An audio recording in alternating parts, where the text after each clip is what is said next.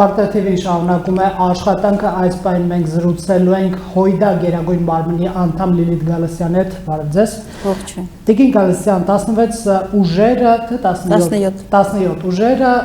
վարչապետի իրենց տեխնացու ներկայացրի որպես Վազգեն Մանուկյանին, ինչու ընտրվեց պարոն Մանուկյանը, ինչու չընտրվեցին օրինակ այդ 16 ուժերից Զարուհի Փոստանջյանը, Խոսրով Հարությունյանը կամ մյուսները։ Գիտեք, ըստ էության մենք երկար քննարկեցինք տեխնացուի հանգամանքը երկար են քննարկել եւ մի քանի չափանիշներ կային, որոնք անշուշտ էական պիտի լինեին ընտրության հարցում, հանրային ընկալումները, հանրության կողմից տվյալ տեխնացուի ընկալումը, նրա վարկանիշը, նրա հեղինակությունը, նրա փորձառությունը, մեր պետականության իսկ նկատի ունեմ վերջին 30 տարիների պետականության մեջ ունեցած նրա ներդրումը եւ մարդկային որակները, ազգային պետական գործիչ եւ նաեւ այն իրականությունը, ինչի մեջ այսօր հայտնվել է Հայաստանը, այն ճգնաժամային պարտված կամ հետ պարտված իրականությունը եւ գլխավոր հանձնառությունը այս կոլապսից, փլուզումից երկիրը փրկելու անհրաժեշտությունը։ Մի խոսքով Վազգեն Մանուկյանը այս պահին այն ազգային, պետական, քաղաքական գործիչն է եւ նաեւ մտավորականը, ես շեշտում եմ նրա մտավորական լինելու սկիզբը, որը առավելագույնը համապատասխանում էր ուրեմն այս պահի խնդիրներին եւ նաեւ մի շատ կարեւոր հանգամանք, որովհետեւ այս կառավարությունը անցումային կառավարություն պիտի լինի հակաճգնաժամային լրջագույն առաքելությամբ եւ Վազգեն Մանուկյանը այն անհատականությունն է, հեղինակությունը եւ պետական գործիչը, որը նաեւ համաձայն է մտնել այս վերցնել դժվարագույն պարտականությունը, մտնել այս ծանր լծի տակ եւ նաեւ հետագա ընտրություններին իր տեխնացությունը չի առաջադրելու։ Մենք այդ հարցին էլ կգանք, Տիկին Գալստյան, ում է ներկայացնում Վազգեն Մանուկյանը 16 ուժերին, հանրությանը թե քաղաքական դաշտին։ Ոչ, եթե դուք մի փոքր ուշադիր լինեիք, երեք մենք տարածել ենք հայրենիքի փրկության շարժման հայտարարությունը եւ իսկապես մեզ պետք էր մի տեխնացու Մենք այսօր հայրենիքի փրկության խնդրի առաջ են կանգնած, միանշանակ է դա եւ այդ գնահատականները տալիս են նաեւ քաղաքական ուժեր, ովքեր այս 17-ի ձևաչափում չեն։ Գրեթե այդ մեր իրականության քաղաքական գնահատման իրողության մեջ, բացի Նիկոլ Փաշինյանից երևի բոլոր քաղաքական ուժերը եւ հանրության գնահատականը մեկն է։ Այսօր Հայաստանի պետականության փրկության, այսպես խնդրի առաջ ենք կամ բախվել ենք այդ խնդրին։ Իսկ ինչ վերաբերում է ում է ներկայացնում, նախ Վազգեն Մանուկյանը բնական է, որ ինքը քաղաքական ուժներ, ազգային ժողովրդավարական միությունը, բայց այս պարագայում, եթե դուք ուշադիր լինեիք մեր հայտարարությանը, որը երեք տարածեցինք, ուրեմն 17 քաղաքական ուժերի ձևաչափը այլևս փոխել է իր հունավորումը, այն վերածվել է հայրենիքի փրկության շարժման, ընդլայնելով իր ծիրը, այնտեղ ներառված են մտավորականներ նաև, սփյուռքի ներկայացուցիչներ եւ ինքը այսպես համազգային շարժման է վերածվել եւ Վազգեն Մանուկյանը բոլորովին չի ներկայացնում այլևս այդ հարթակը, ես նկատի ունեմ քաղաքական 17 ուժերին, այլ նա համազգային շարժման ներկայացուցիչն է եւ երեք այդ հայտարարությունը տարածվեց հենց շարժման անունից։ Հայտարարվում է, որ Վազգեն Մանուկյանը վարչապետ ընտրվելու պարագայում կասեցնելու է, կուսակցական իր պատկանելիությունը լինելու է ապա կուսակցական եւ որ ժամանակ անց պիտի անցկացնի ընտրություններ, ինքը չմասնակցելով դրանց եւ չի աջակցելու որևէ ուժի, հարց է առաջանում, ինչպես կարող է չաջակցել որևէ ուժի, եթե ինքը նախ ձեր խմբի, 16-17 ուժերի ներկայացուցիչ։ Հենց քիչ առաջ ես պատասխանեցի այն հարցին, որ Վազգեն Մանուկյանը հայրենիքի փրկության շարժման տեխնացուն է։ Եվ ուրեմն բայց կան ուժեր, որոնք չեն մտնում այդ շարժման մեջ։ Թող չմտնեն, դա իրենց իրավունքն է, բայց շարժումը բաց է եւ կարող են հետագայում մտնել նրա մեջ։ Եվ ես ինձ ուղղված առաջին հարցի պատասխանում արդեն ես հիշատակեցի, որ Վազգեն Մանուկյանը հենց ընտրվել է այս նաեւ հանգամանքից ելնելով, ուրեմն քաղաքական պետական ազգային գործիչ, ես բացառիկությամբ եմ ուզում այդ մասին շեշտել, ազգային պետական գործիչ, մարդ, որը կանգնած է մեր երրորդ հանրապետության ծննդի ակունքներում, անհատականություն, գործիչ, պետական բարձր մտածողության կրող անհատականություն, որը Արցախյան շարժման ակունքներում է, Ղարաբաղ կոմիտեն շատ լավ գիտեք այդ պատմությունը, ուրեմն 90-ականներից մեր զարթոնքի, նաև ազգային զարթոնքի խորհրդանիշներից մեկն է Երրորդ հանրապետության վարչապետը, պաշտպանության գիտենք կենսագրությունը, ուղղակի որն է երաշխիքը, որ օրինակ նրա հենց նրա կենսագրությունը եւ նրա արդար ընտրություններ։ Եթե նորից եմ ուզում շեշտել, մենք մեր հայտարարության մեջ նաև կարծեմ երրորդ կետով հաստատում ենք, որ Վազգեն Մանուկյանը անձամբ չի մասնակցելու ընտրություններին եւ Հայաստանի Հանրապետության ընտրական օրենսգրքի չափանիշներով երաշխավորելու է ընտրությունների թափանցիկությունը, արդարությունը եւ հավասարությունը։ Վազգեն Մանուկյանը այս իշխանության խիստ քննադատներից է, արդյոք այսպիսի գնահատական են ճում, որ կամուրջները այրած է, հա, բավականին խիստ է այս իշխանությանը քննադատել այս պարագայում, երբ այսպես կարծիքները եւ ընդհանրապես հայացքները բավականին հակամետ են, հա, ինչու պետք է իմ քայլը ընտրի պարոն Մանուկյանին, այսինքն այդ համերաշխության մթնոլորտը կա, որպեսզի իշխանությունը իր քայլը անի։ Նախ այս իշխանությունը Նիկոլ Փաշինյանի ղեկավարությամբ կամ Նիկոլ Փաշինյանը եւ իր վարչակազմը խայտառակ պարտության, կապիտուլյացիոն պարտության խորհրդանիշներն են։ Եվ եթե մենք խոսելու լինեինք քաղաքականության բարոյականությունից, նրանք վաղուց պիտի այսպես սահուն, հեզասա բարոյականությամբ, ազգային ժողովրդական բառեր միգուցե կօգտագործեմ թասիբով եւ նամուսով Նիկոլ Փաշինյանն էլ հեռանար եւ նաեւ իր քաղաքական թիմը, որովհետեւ նրանք խայտառակ կորուստներ արձանագրեցին, ես ցավով եմ ասում եւ ամեն անգամ այս բառերը արտասանելիս այսպես դանակ եմ զգում իմ թիկունքին եւ մեր ողջ հասարակության, որտեղ մենք որքան էլ չփորձենք գնահատականներ տալ, այնուամենայնիվ մենք կորցրել ենք մեր երկրորդ պետականությունը, նկատեմ Արցախի հանրապետությունը այս պահին, մենք կորցրել ենք մեր հողերի 75%-ը, մենք այսօր ունենք 2000 մի քանի 100 քառակուսի կիլոմետրանոց մի ծվար մի բուռ այսպես հողատարածք, եւ այս քաղաքական ուժը Նիկոլ Փաշինյանի ղեկավարությամբ խորապես պատասխանատվություն է կրում մեր հայրենազրկման, մեր կորուստների եւ ամեն օր արձանագրվող կորուստների հիմնական պատասխանատուն նրանք են։ Եվ ես կարծում եմ նրանք թե քաղաքական, թե բարոյական իրավունք չունեն այլևս մնալու այն երկրի ղեկին, որը նրանք տարել են եւ հասցրել են անդունդի եզրին։ Ես խոսեցի Արցախի կորուստի մասին,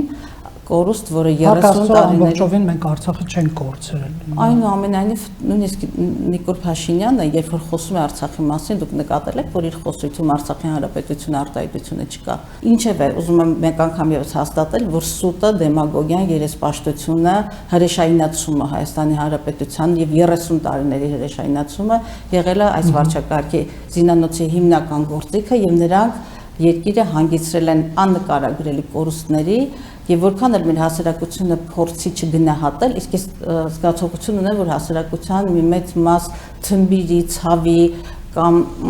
ետ ցավային շոկի մեջ է եւ այդ գիտակցումը չկա, թե մեր կորուստները ինչ մասշտաբ ունեն։ Մինչդեռ մենք այսօր Արցախի ցավը մի կողմից, Արցախի ժողովրդի, մեր հայրենակիցների, մեր քույրերի եւ եղբայրների անվտանգության խնդիրները մի կողմից, որոնք ամեն օր նորագույն մարտահրավերներ են դիմագրավում, մենք պիտի այսօր խոսենք նաեւ Հայաստանի Հանրապետության սուվերենության ոչ թե հնարավոր արդեն շոշափելի կորուստների եւ սպառնալիքների մասին, որովհետեւ այսօր GPS-ով ադրբեջանցիները Հայաստանի սահմաններին ինչ որ սահմանային նշագրումներ են անում եւ բանակցությունները համայնքապետերի կամ Ռուսաստանից եկած, այսպես ասած, որոշ շրջանակների խաղաղապահ ուժերի ներկայացուցիչների հետ են շատ այսպես հավաստի լուրեր են գալիս, որ Ռուսաստանը բնակ հայաստանցիներ նաև ադրբեջանցիների հետ այնտեղ համաձայնությունների արդյունքում կարողանում են որոշ համայնքներում հարցեր լուծել։ Դա ես դրական կամ բացասական չեմ ասում, ես սա խոսում եմ իբրև Հայաստանում պետական իշխանության անտերության երևույթ։ Իսկ որ այսօր Հայաստանում տոտալ անտերություն է եւ իշխանություն չկա, դա միանշանակ է։ Տիկին Կարասյան, բացի ձեր տեխնացոին ի հայտ է եկել նաև այլ ուժերի ներկայացուցիչ, օրինակ Լուսավոր Հայաստանի հետ էր Իշխան Սաղաթելյանը Հույդան ներկայացուցիչը հանդիպել, կարծիք հարցրել Վազգեն Մանուկյանի վերաբերյալ եւ Լուսավոր Հայաստանից ասել են, որ եթե վարչապետի պաշտոնը աթոռը թափուր մնա, իրենք այդ պարագայում Էդմոն Մարուկյանին կառաջադրեն։ Դուք քննարկել եք օրինակ Էդմոն Մարուկյանի տեխնացությունը այս պայմաններում մերժելի է, ընդունելի է, ինչու չփորձեցիք նրանց հետ երկխոսության մեջ։ Մենք Լուսավոր Հայաստանի հետ այն ամենայնիվ երկխոսության մեջ եղել ենք, այնպես չի որ երկխոսության մեջ ենք եղել, տարբեր քննարկումների նրանք մասնակցել են եւ վաղուց իդեպ ասեմ մինչեւ պատերազմի սկիզբը, մինչեւ սեպտեմբերի 27-ը, հա, մենք քաղաքական ուժերի 17 քաղաքական ուժերի ձևաչափը արդեն հիմնադրվել էր, այսպես ասեմ, եւ մենք նախորյակին պատերազմի կարծեմ ամսի 9-ի թե 10-ի համար հոկտեմբերի մենք միտինգ էինք նախատեսել, որտեղ նախատեսում ունեինք Նիկոլ Փաշինյանի հրաժարականի մինչև պատերազմը, որովհետեւ տեսանելի էր, որ 2.5 տարի Նիկոլ Փաշինյանի կողմից վարվող քաղաքական կուրսը երկիրը տանում է կործանման։ Եվ դեռ եթե մի քիչ էլ ուշադիր լինեիք, հետևելու գոնե դաշնակցության տարբեր քաղաքական հայտարարություններին, անցնող Նիկոլ Փաշինյանի իշխանության շրջանի, մեր բոլոր հայտարարությունները ավարտվում էին մի շատ կարևոր տագնապի հնչեցումով։ Բոլոր հայտարարություններում մենք գրեթե կարմիր թելի պես տանում ենք այն միտքը, որ Նիկոլ Փաշինյանի վարվող արտաքին քաղաքականությունը, ներքին քաղաքականությունը, այսինքն դիվանագիտական քաղաքականությունը, այս ամենը մեծացնում է Հայաստանում, այսինքն պատերազմի սպառնալիքը մեծանում է։ Եվ գիտեք, ես չեմ ուզում մարգարյանալ եւ ասել, որ մենք այո, մենք տվել ենք գնահատականներ, այո, մենք խոսել ենք սպառնալիքների մասին, բայց ըստ էության գալիս ենք եզրակացության, որ 2.5 տարի Հայաստանում գիտակցված իրականացվել է մի քաղաքականություն, որը երկիրը կազմաքանդելու եւ երկրի ներքին դիմադրողականությունը թույլատնելու եւ այսօրը հանգեցնելու այսպես մի քաղաքականություններ եւ ես վստահ եմ, որ գալի ոչ միայն Նիկոլի այսպես սահուն հեռանալու ժամանակն է, այլ հասունացել է եւ անցել է դեռ անդին, բայց Նիկոլ Փաշինյանը պիտի կանգնի ոչ միայն պատմության դատաստանի առջև, այլև նա քրեական պատասխանատվություն պիտի տա այն ամենի համար, որտեղ դավաճանության, հանցագործության այսպես բաներ կան, բնորոշ երևույթներ։ Տիկին Կարասյան, երբ ընդդիմությունից էլ այսքան բավականին խիստ են խոսում, հարց առաջանում, ինչ պայմաններում իմ քայլը կընտրի ձեր տեխնացիոնին, լավ իմանալով, որ դուք պատրաստում եք քրեական պատասխանատվության ենթարկել իրենց ղեկավարին, ինչպես եք պատրաստվում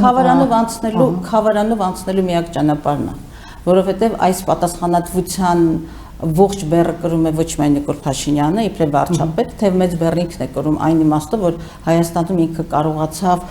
ճակերտավոր վիրտուոզաբար կործանել բոլոր իշխանության բոլոր ճյուղերը։ Իր հայտնի արշավանքը դատական իշխանության նկատմամբ սահմանադրական դատարանների 88 կոճակների, այսպես ինչ ասեմ, մանկուրտային ներդաշնակությունը։ Երբեք մենք այնտեղ ոչ բանավեճ տեսանք, ոչ քննարկում տեսանք, խորհրդարանական երկրում մենք խորհրդարանական երկիր ենք ի վերջո, խորհրդարանական երկրում խորհրդարանում դիսկուրս չկար եւ խորհրդարանը հայտնի դարձավ Սասուն Միքայելյանի եւ Էդմոնի հայտնի քաշքշուկով, հայհոյանքներով, ամբարտավան այլ մեծամտությամբ իմ քայլը падգամավորների այլ մեծամտությամբ ապրիլյան տխրահռչակ հանձնաժողովով 2 տարի հասարակության, այսպես հասարակությանը լարվածության, ցնցումների, ատելության այսպես ոչնչացնող այս մի դեմորալիզացնելու մթնոլորտի մեջ պահելով հասարակությունը, մեկ էլ հայտնվում է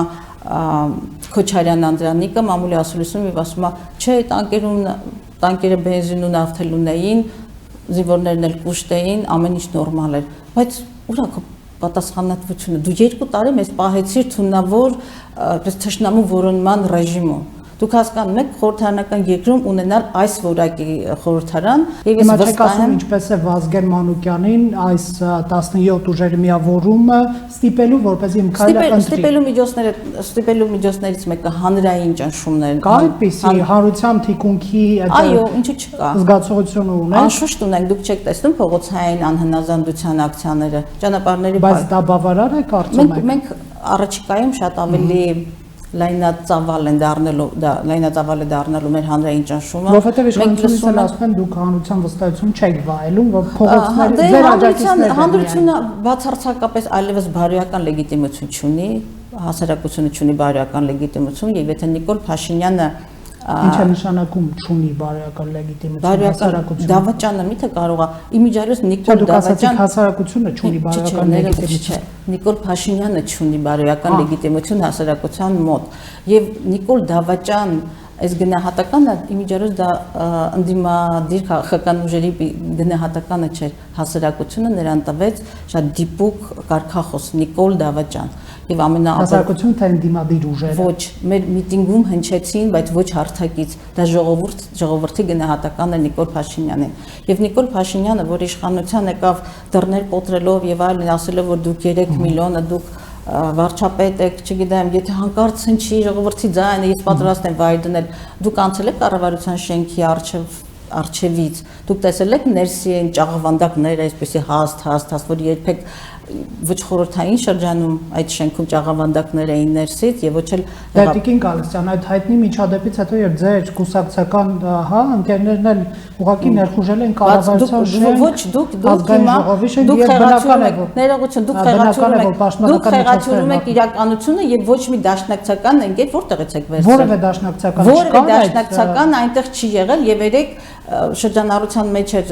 Բագրատ Եսայանի անունը Բագրատ Եսայանը գնաց ԱԱԾ եւ իր արժանապատվության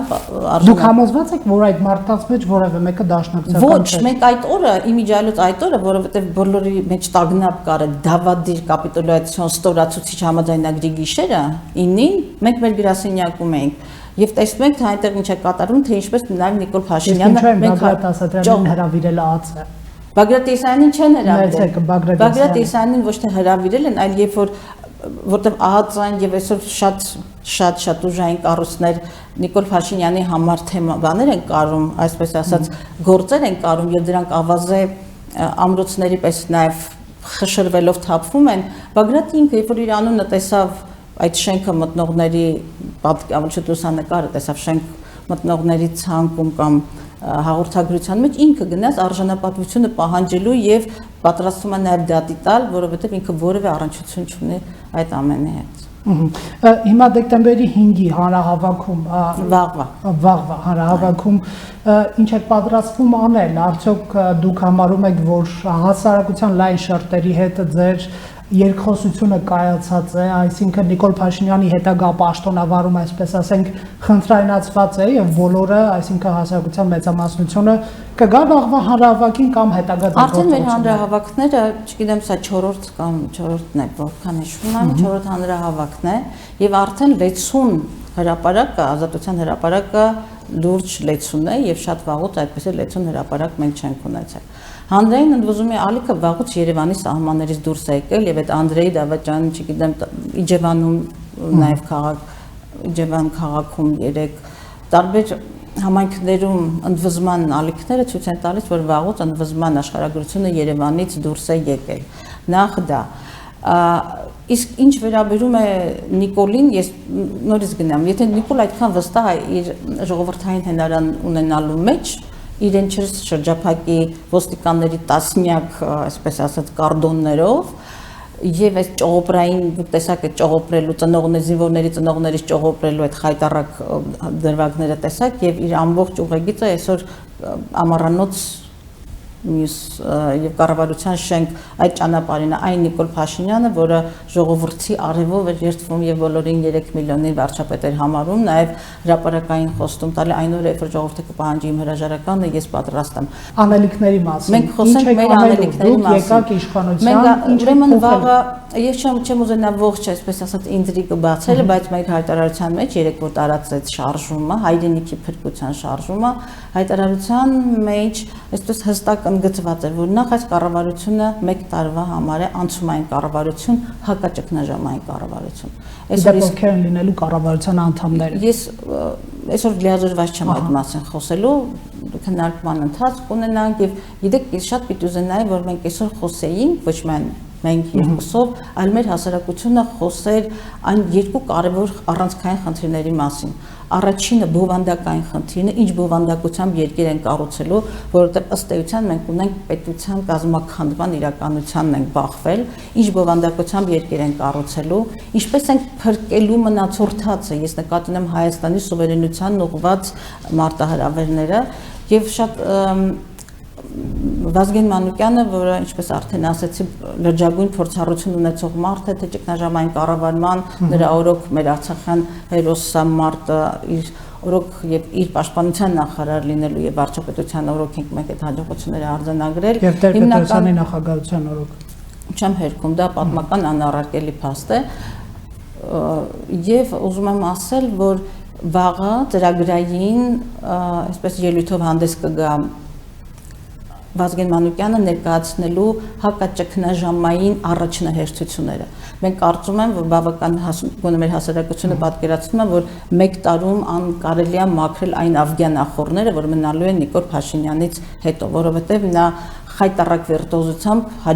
հաջողեց այսպես կազմաքանդել երկիրը եւ որևէ ոլորտում մենք ոչ թե առաջընթաց չունեցանք, այլ գրեթե կազմաքանդման մի վիճակ կա, որտեղ այսպես շատ ոլորտներ մենք պիտի նորից սկսենք վերածննդի, տանել վերածննդի, որովհետև սարսափելի վիճակ։ Մենք ունենք դիվանագիտական, քաղաքական եւ ռազմական ոլորտներում խայտառակ պարտություններ։ Իսկապես Նիկոլ Փաշինյանը իր այսպես նպատակին հասավ զրոյացնել ամեն ինչ։ Նա եկել էր այդ ծրագրով։ Հիմա դա հաստատ է։ Ուրեմն հակաճգնաժամային ներեցեք հարցը ձևակերպեմ, հասկացանք վաղվա անելիքներ մոտավորապես պարոն Մանուկյանը կներկայացնի, այո։ Վերջին հարցը, հա, երբ դուք պատասխանատվություն միայն Փաշինյանի վրա եք դնում, հարց է առաջանում։ Ոչ միայն Փաշինյանը եւ իր վարչակարգը։ Այո, իր իշխանությունը, հա, այն որ մեր զինծառայողները բայրակթարների դեմ չեն կարողանում պայքարել, այն որ Ադրբեջանը Թուրքիայի հետ եկել էր հարձակում էր մեր դիրքերի վրա, այդ ահաբեկիչների եւ այլն, հա, ռազմական բյուջեներ մի քանի անգամ ավել եղել։ Ինչ է կարծում, արդյոք իսկապես միայն իշխանության հարցն է, թե որպես պետություն մենք այս տարիների ընթացքում ուղղակի չենք պատրաստվել այդ պատերազմին։ Լավ, ուրեմն առաջին հաստատումս այսպես կանեմ։ Որոշակի պատասխանատվություն ունեն բոլորը այն միջավայրը, որը հնարավոր դարձրեց Նիկոլ Փաշինյանի իշխանության գալը։ 2 տարվա ընթացքում, երբ թուրքերը եւ ադրբեջանցիները եւ իրենց թուրք եղբայրների հետ իրենք ասում են երկու պետություն մի ժողովուրդ չէ, նրանք հանգամանալից պատրաստվում են պատերազմին, երբ Նախիջևանում զորավարժություններ են եւ Իգդիրում գնալով խտանում էր ռազմական ներկայությունը Թուրքիայի, եւ Թուրքիան պատրաստվում էր եւ բնականը պատրաստվում էր ռազմական գործողությունների, Հայաստանում խաղաղության խոսույթն ու խաղաղության դիսկուրսն էր քարոզվում եւ վարչապետի տիկինը, որը համարյա թե հավասարապես իրականացնում էր վարչապետի լիազորություններ, խոսում էր խաղաղության դիսկուրսի եւ փամփուշտները զենքը զարդերի հետ փոխելու, չգիտեմ ինչի մասին։ Հայաստանում մի շարք կազմակերպություններ ներգրաված էին Թուրքիայի հետ, այսպես ճակերտավոր normalization process-ի մեջ, այսինքն հարաբերությունների կարգավորման եւ Թուրքի բարի կերպարի եւ այդ կարգի կրթական չափորոշիչներ կամ այսպես բարոյական կլիմային ստեղծում եղբայրության։ Մենք կրճատում էինք մեր ռազմական ծախսերը բյուջեով, Հայաստանը 2 տարի անընդմեջ կրճատում էր իր ռազմական ծախսերը, բյուջեն նկատելով պաշտպանություն, այո, դա իհարկե փաստ է բյուջեում արձանագրված։ Ես էլ չեմ խոսում այս սկանդալային զենքի վաճառքի պատմությունների մասին։ Բայց դուք ասացիք ինչու 20 տարի մենք բայրակթարների եւ այդ Ադրբեջանի դեմ չկարողացանք։ Մենք այնուամենայնիվ այդպես չի, մենք Նրանց բյուջեն մի քանի անգամ ավել է։ Մենք կարող ենք ներողություն, մենք հարյուրավոր եւ ավելի միլիոնների դոլարի պարգևավճարի փոխարեն եւ մեր ամբողջ սպայական կազմի հեղինակած զրկելու եւ մեր հերոսներին բանտերում բանտերում կործանելու փոխարեն, նրանց նսեմացնելու փոխարեն կարելի էր զբաղվել բանակաշինությամբ եւ ռազմական արդյունաբերությամբ։ Նիկոլ Փաշինյանը եկել էր զրոյական կետից խաղաղության դիսկուրսի, այսպես կեղծ իր համոզումով եւ արդյունքում ունեցանք այն, ինչ ունեցանք։ Այնուամենայնիվ 2.5 տարին բավական լուրջ ժամանակ էր երկիրը ոտքի կանգնեցնելու համար, եթե իսկապես դուք գտնում եք, որ սխալներ կային, իսկ ես դրա այդ համաձայն չեմ, 2.5 տարում, ես չեմ ասում ամեն ինչ լավ է եղել, եթե դուք ինձ լավ ճանաչեիք, այդ հարցը ինչ եք տա, որտեղ ես եղել եմ ընդդիմադիր քաղաքական ուժի ներկայացուցիչ, եւ ես իմ քննադատության թիրախում մշտապես պահել եմ իշխանություններին, նույնիսկ եթե կոալիցիայի անդամ եմ եղել, այնպես որ ինձ եւ մեր քաղաքական ուժին մանավանդ վերջին շրջանում մենք ընդդիմադիր էինք, բայց 2.5 տարին բավական լուրջ ժամանակ էր Նիկոլ Փաշինյանին ոչ թե զրոյացնելու արդյունքները, այլ ինչ որ մի կետից առաջ գնալու, բայց մենք հասկացանք, որ նա ընդհանրապես կառավարչական զրո իմացություն, հմտություն, գիտելիքներ ուներ Նիկոլ Փաշինյանը, քաղաքական, դիվանագիտական եւ ռազմական ճակատներում մենք խայտառակ պարտություններ կրեցինք, իսկ պատերազմը սկսում է այն ժամանակ, երբ որ դիվանագիտական ճակատում դու պարտություն ես արձանագրում եւ ամենակարևորը, ամենամեծ անբարոյականությունն այսօր պարտությունը գցել հայ զինվորի վրա կամ հայ տղամարդու վրա, իբրև թե նրանք դասալիք էին եւ չմարտնչեցին, դա ամենամեծ պղծությունն է նախ հայ տղամարդուն, ես չեմ հայ տղամարդը այդպեսին չի, Նիկոլ Փաշինյանը նույնիսկ այսպես իր գնալուց առաջ ուզում է վարկաբեկել հայ տղամարդուն, այդպես չի, հայ զինվորը մինչև վերջ եւ գիտեք ինչ մենք պարտք ենք 2001 թվականի ծնված այդ 18-19 տարեկան երեխեքը պահեցին մեր արժանապատվության վերջին բեկորները եւ պետք չի մեղավորություններ փնտրել այնտեղ, պարտվել է պետությունը եւ ոչ թե հայ զինվորը եւ ամբողջ պատասխանատվությունը քաղաքական, բարոյական պատասխանատվությունը Նիկոլ Փաշինյանի եւ նրա թիմի վրա է եւ ես այստեղ թիմին իրենից չեմ ուզում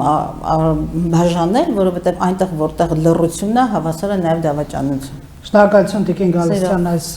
հարցազրույցի համար։ Ֆակտոր TV հարցերին պատասխանում էր Հույդա Գերագույն մարմնի անդամ Լիլիթ Գալստյանը։